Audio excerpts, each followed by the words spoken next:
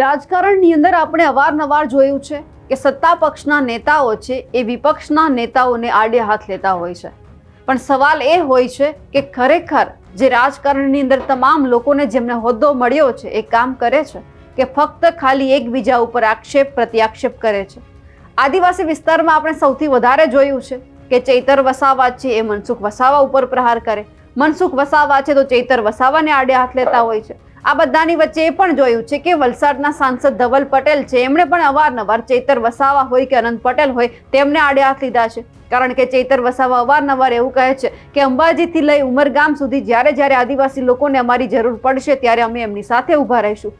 પણ અમુક વખત એવું બને છે કે ચૈતર વસાવા ત્યાં નથી જઈ શકતા, એટલે પછી જવાબ આપવા માટે તૈયાર હોય છે સત્તા પક્ષના નેતા. પણ આ બધાની વચ્ચે હવે ચૈતર વસાવા અને અનંત પટેલને જવાબ આપવામાં આવ્યો છે સાંસદ ધવલ પટેલ દ્વારા. શું કહેવામાં આવ્યું છે તેમની વિગતે ચર્ચા કરીએ. નમસ્કાર, આપ જોઈ રહ્યા છો નિર્ભય ન્યૂઝ અને હું છું આપની સાથે રિદ્ધિ.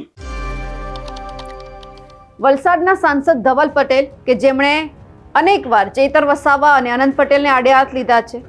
કાર્યક્રમ હતો ગણપત વસાવા છે એમના અભિવાદન સમારોહનો, અને આ જ કાર્યક્રમની અંદર ધવલ પટેલે ચૈતર વસાવા અને અનંત પટેલને આડે હાથ લીધા છે અને કહ્યું છે કે આ લોકો ખાલી પોતાના પક્ષના પોપટ છે, કે એમના પક્ષ દ્વારા જેટલું કહેવામાં આવે છે એટલું જ કરે છે, ખાલી વાતો મોટી મોટી કરે છે કે અંબાજીથી લઈ ઉમરગામ સુધી જ્યારે જ્યારે જરૂર પડશે ત્યારે અમે તમારી સાથે ઊભા રહીશું, પણ હકીકતમાં જ્યારે આદિવાસી લોકોને એમની જરૂર હોય છે ત્યારે આ બંને હોતા નથી. અનેકવાર આપણે એવું સાંભળ્યું છે કે એમને જવાબ આપવામાં આવે છે. આજે ફરી એક વખત ધવલ પટેલે અનંત પટેલ અને ચૈતર વસાવાને જવાબ આપ્યો છે અને સાથે સાથે તેમના ઉપર પ્રહાર કરતા શું કહ્યું છે એ સૌથી પહેલા સાંભળીએ. આટલા આદિવાસીઓ લોકોની કરોડો લોકોની આસ્થા છે. આપણે દરેક જગ્યા ભગવાન બિરસા મુંડાજીની પૂજા કરીએ છીએ, ભગવાન બિરસા મુંડાજીની મૂર્તિ લગાડીએ છીએ. ત્યારે 2024માં જાન્યુઆરીમાં જ્યારે દિલ્હીમાં આમ આદમી પાર્ટીની સરકાર હતી અને ત્યાં આદિવાસી લોકોએ ભગવાન બિરસા મુંડાજીનું સ્ટેચ્યુ લગાડ્યું, તો આમ આદમી પાર્ટીના કાર્યકર્તાઓ અને આમ આદમી પાર્ટીના નેતાઓએ એક જ દિવસમાં ભગવાન બિરસા મુંડાજીનું સ્ટેચ્યુ પણ હટાવ્યું. આ બતાવે છે કે આ ચૈતર વસાવા જે આદિવાસી કરે છે એમની પાર્ટી જ કેટલા આદિવાસી વિરોધી છે. અને એટલું જ નહીં, બીજા એક ઠગ ધારાસભ્ય બાજુની વિધાનસભામાં છે વાંસદામાં, એ પણ આદિવાસી કરે છે.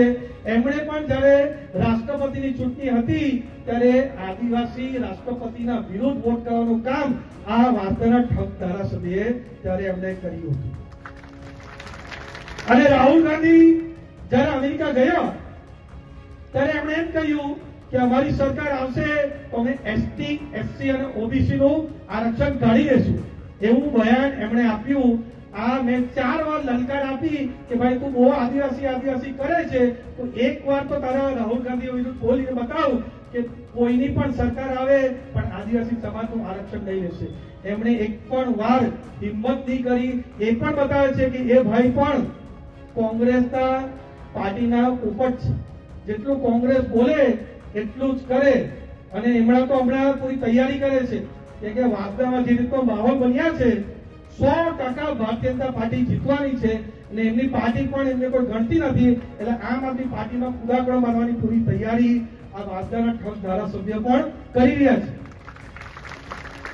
અને જ્યારે આ બંને આદિવાસી કરે છે કે અમારા આદિવાસી સમાજમાં કોઈ પણ જાતનો અન્યાય થાય, કોઈ પણ જાતનું અહિત થાય તો અમે સૌથી પહેલા ઉમરગામથી અંબાજી પહોંચી જઈએ. ત્યારે દાભેલની અંદર આપણા આદિવાસી સમાજના યુવકની હત્યા થઈ.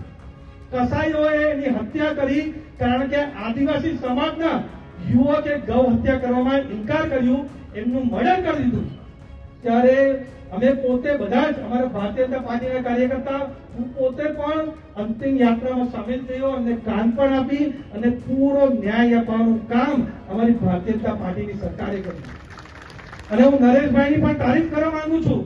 નરેશભાઈએ આદિજાતિ મંત્રી તરીકે ડાયરેક્ટ કોઈ પણ જાતના આ જે રીતના કોંગ્રેસ વાળા ફાકા ફોજદારી કરે છે, આમ આદમી પાર્ટી વાળા ફાકા ફોજદારી કરે છે, નરેશભાઈ પોતાનું કામ કરી ડાયરેક્ટ ડીબીટીના માધ્યમથી એ મહિલા પીડિતના ખાતામાં પૈસા આવી ગયા. એ કામ આપણા નરેશભાઈ કર્યું. એમના માટે પણ ખૂબ તાળીઓ કાઢીને આપણે સ્વાગત કર્યું. એ કામ આપણે કરીએ.